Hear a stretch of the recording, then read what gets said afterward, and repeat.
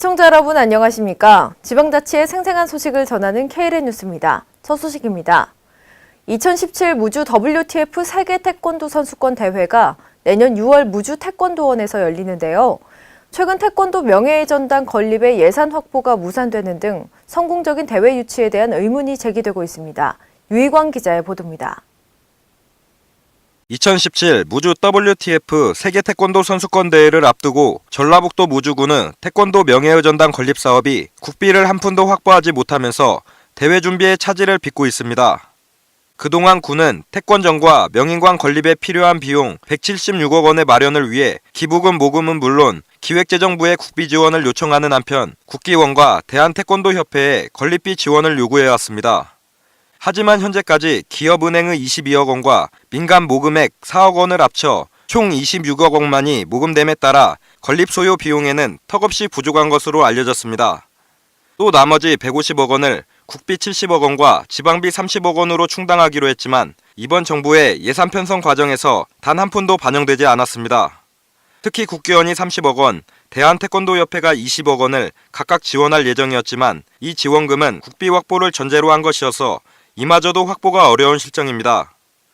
무주군 관계자는 무주가 국비 지원도 없는 세계대회를 치르게 됐다며 태권도 종주국으로 위상은 더 이상 살릴 수 없게 됐음은 물론 오히려 창피만 당하게 생겼다고 말했습니다.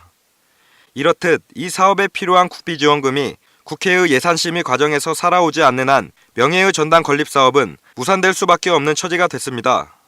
KLN 유희광입니다.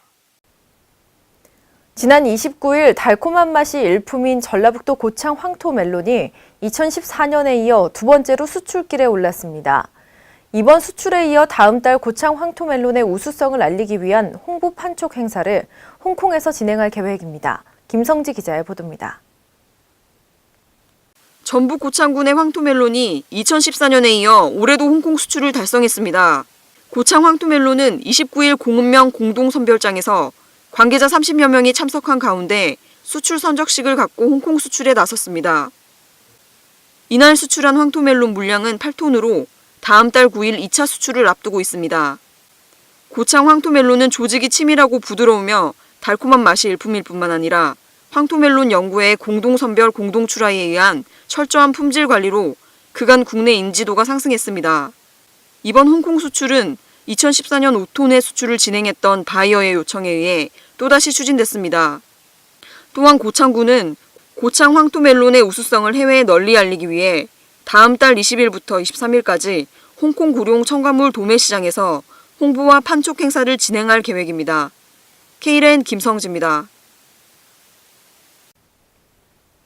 지난 29일 완주군 삼내읍에 국내 최초로 책박물관과 헌책방, 고서점이 한데 어우러진 책마을 문화센터가 열렸습니다. 완주군은 각계각층의 전문가 자문위원회를 두고 지속적인 문화 콘텐츠 및 운영 방안을 모색해 나갈 계획입니다. 홍윤 기자의 보도입니다.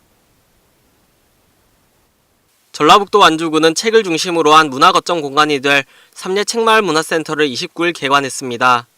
삼례 책마을 문화센터는 2011년부터 수립된 완주군의 책마을 조성 계획에 따라 1단계로 삼례 문화예술촌 내에 책박물관 및 책공방 부가트센터를 조성한 것에 이어 2단계 사업으로서 추진됐습니다. 이에 완주군은 2014년부터 이를 계획해 산업단지 및 폐산업시설 문화재생 사업의 일환으로 일제강점기 때 건축된 삼례농업 비료창고를 재생활용해 국비 및 도비 26억 원으로 공간을 마련했습니다.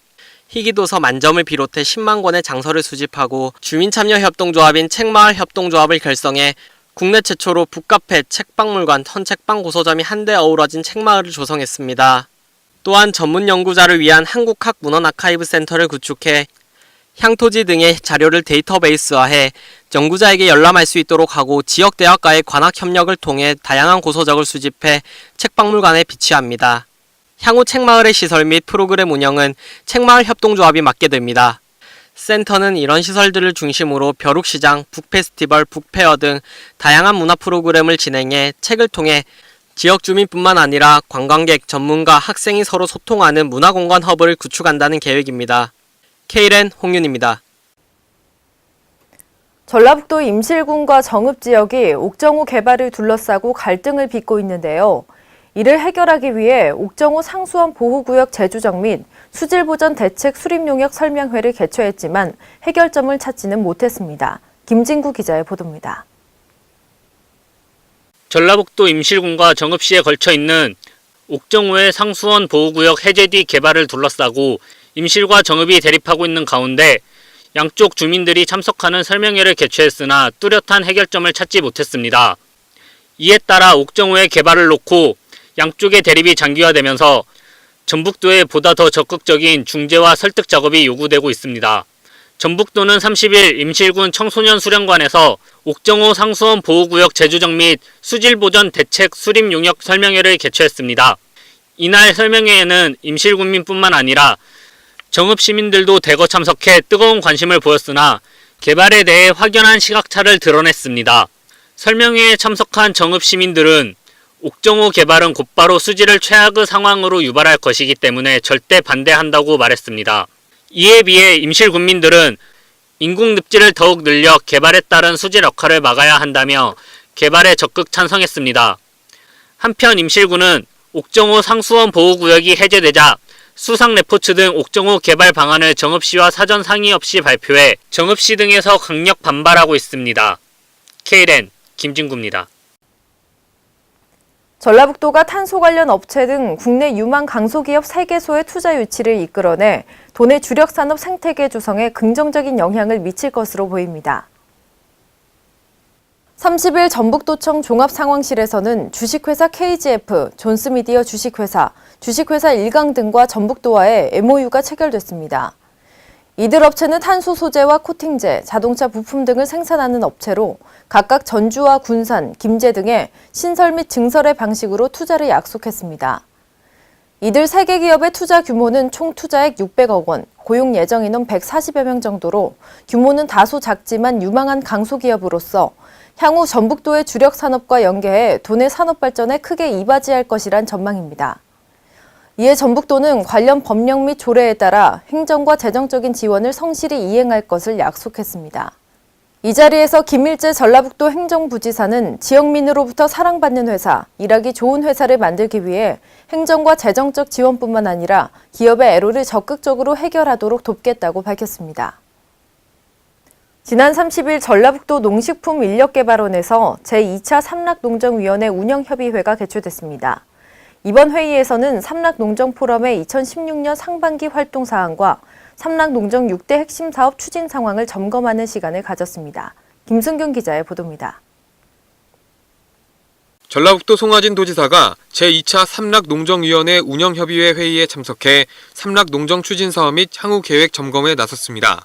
30일에 열린 운영협의회에서는 삼락농정위원회 및 관련 인원들이 참석해 삼락농정포럼의 2016년 상반기 활동사항, 농정 6대 핵심 사업 추진 상황을 발표하고 해결책을 논의했습니다. 이날 협의를 통해 청년 농업인력 육성 및 마을 공동체 복원 사업을 펼쳐 농정 사업 확대는 물론 내년 예산 정책에도 반영될 수 있도록 한다는 입장입니다. 이 밖에도 상반기 동안 미래 농업인력 육성, 지역 먹거리 체계 구축 등 다양한 주제를 놓고 발전 방향 및 정책 아이디어를 나누었습니다. 한편 이날 발굴한 정책들은 9월과 11월 중에 제3차 정책 세미나를 통해 농정 활동에 반영하게 됩니다. 이날 회의를 통해 송하진 전북도지사는 앞으로도 현장의 농민들이 피부로 체감하고 농업과 농촌이 지속적으로 발전할 수 있는 정책을 확대해 나가도록 노력해야 한다며 삼락농정위원회에서 다양한 정책과 사업을 제안해 줄 것을 요청했습니다. KLN 김승균입니다. 이상으로 KLN 뉴스를 마칩니다. 시청해주신 여러분 고맙습니다.